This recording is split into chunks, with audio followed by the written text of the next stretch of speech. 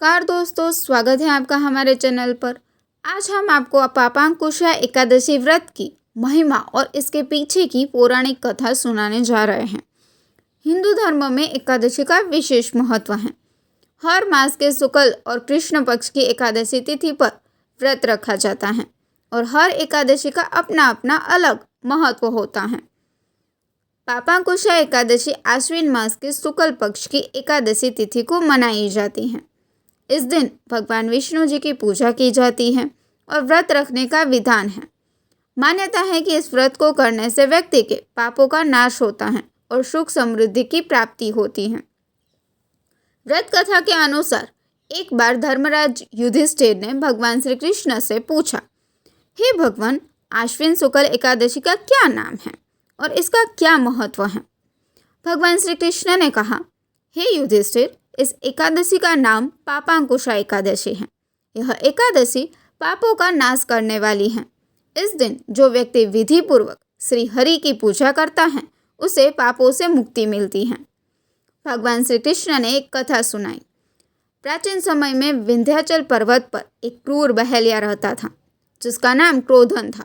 उसने अपने जीवन में अनेकों निर्दोष पशु पक्षियों और जीवों की हत्या की थी। क्रोधन हिंसा, लूटपाट और गलत संगति में अपना जीवन बिता रहा था, लेकिन उसे अपनी मौत का डर बहुत सताता था। क्रोधन के जीवन का अंत निकट आया तब यमराज के भयानक दूत उसे नरक ले जाने के लिए आ गए।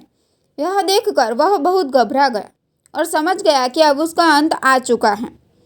तभी वह ऋषि अंगारा के आश्रम में पहुंचा और उनसे प्रार्थना की, हे ऋषि, कृपया मेरी सहायता कीजिए।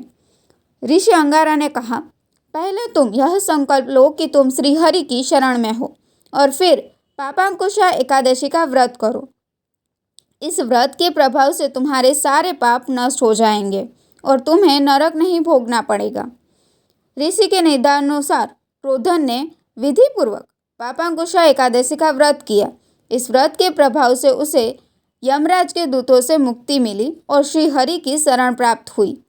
तब से ही यह माना जाता है कि इस व्रत को करने से मनुष्य को उसके पापों से मुक्ति मिलती है। तो दोस्तों, यह थी पापांकुशा एकादशी की पौराणिक कथा। अगर आप भी अपने पापों से मुक्ति पाना चाहते हैं और भगवान विष्णु जी की कृपा प्राप्त करना चाहते हैं तो इस एकादशी का व्रत अवश्य करें। हमारे चैनल को सब्सक्राइब करें, वीडियो को लाइक और शेयर करना न भूलें और आने वाली नई कथाओं के लिए बेल आइकन ज़रूर दबाएं। धन्यवाद। जय श्री हरि।